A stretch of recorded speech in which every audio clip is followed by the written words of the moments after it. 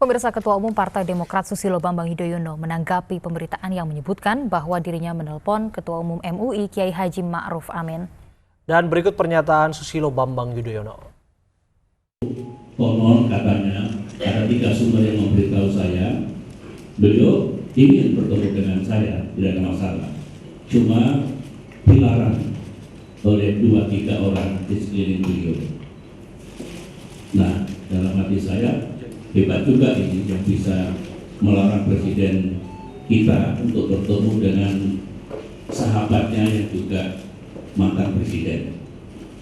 Ini sekaligus saya ungkapkan pada hari yang baik ini bahwa bagus kalau kami berdua bisa saling melakukan klarifikasi supaya tidak menyimpan sekali lagi prasangka, praduga, dan bahkan rasa kecurigaan. Itu pengantar.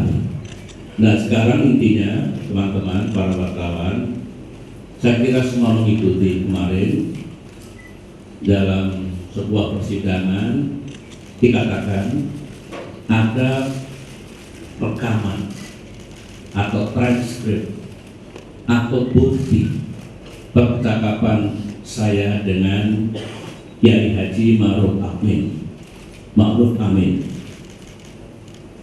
Begitu bunyinya. Nah, spekulasinya langsung macam-macam.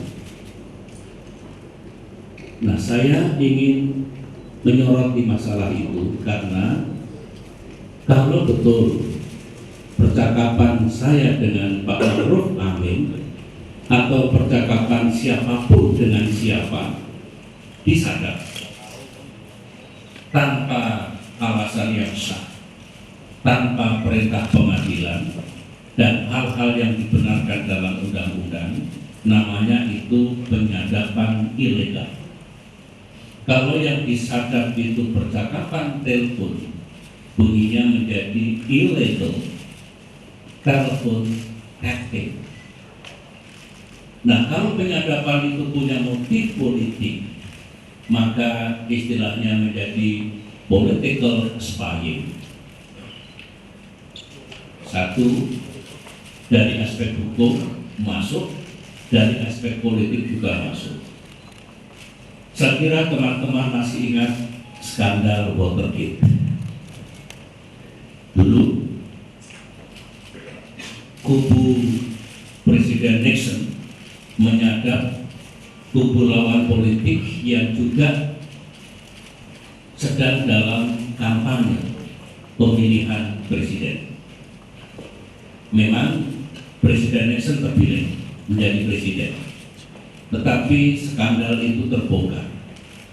Ada penyadapan, ada hacking, ada spying. Itulah yang menyebabkan akhirnya Presiden Nixon harus mundur, resign, karena kalau tidak beliau akan di-impeach.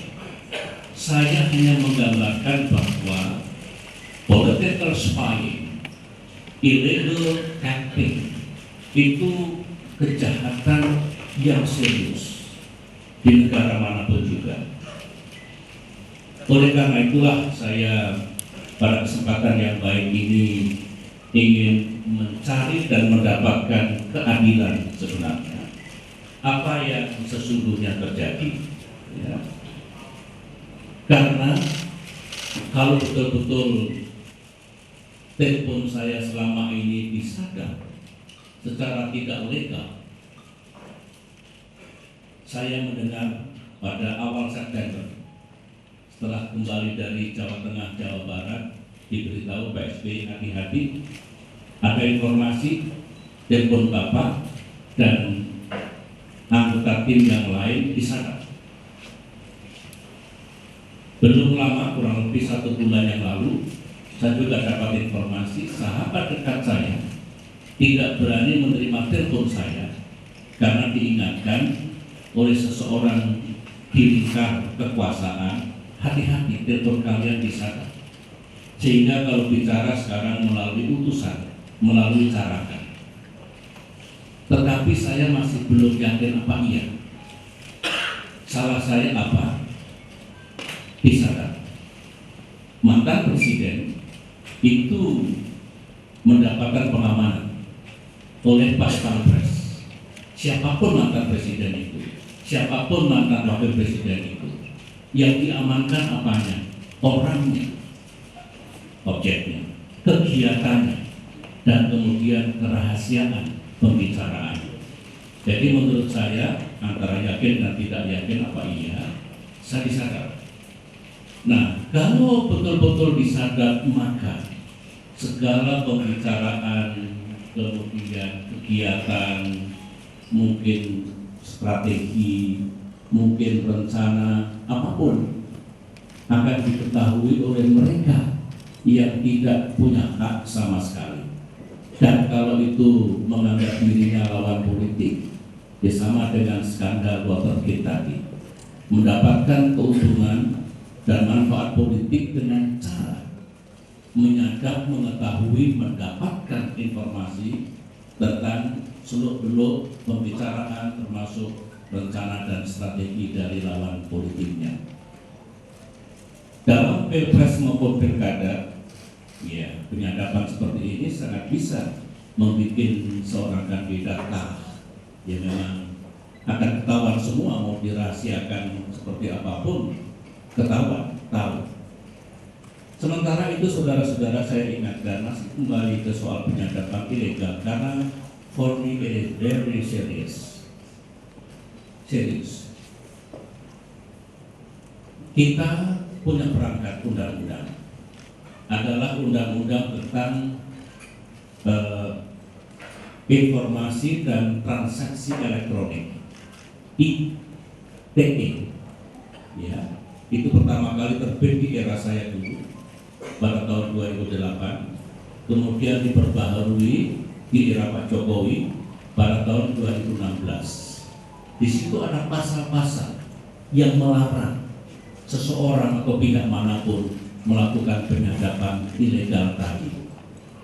Salah satunya saya bacakan, ini pasal 31.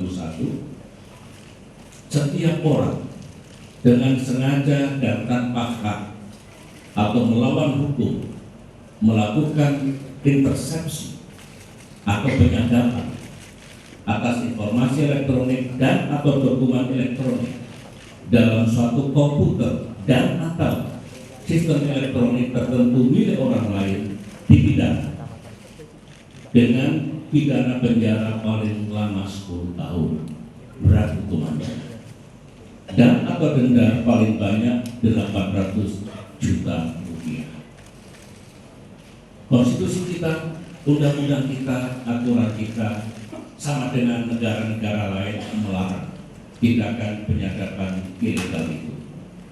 Oleh karena itulah, dengan semuanya itu, saya bermohon sebagai warga negara biasa, teman-teman, kalau memang pembicaraan saya kapanpun, kalau yang disebut kemarin pembicaraan saya dengan Pak Ma'ruf Amin itu disadap, ada rekamannya, ada transkripnya, maka saya berharap pihak kepolisian, pihak kejaksaan, dan pihak pengadilan untuk menegakkan hukum sesuai undang-undang ITE tadi. Saya hanya mohon itu supaya rakyat bisa mendapatkan keadilan dan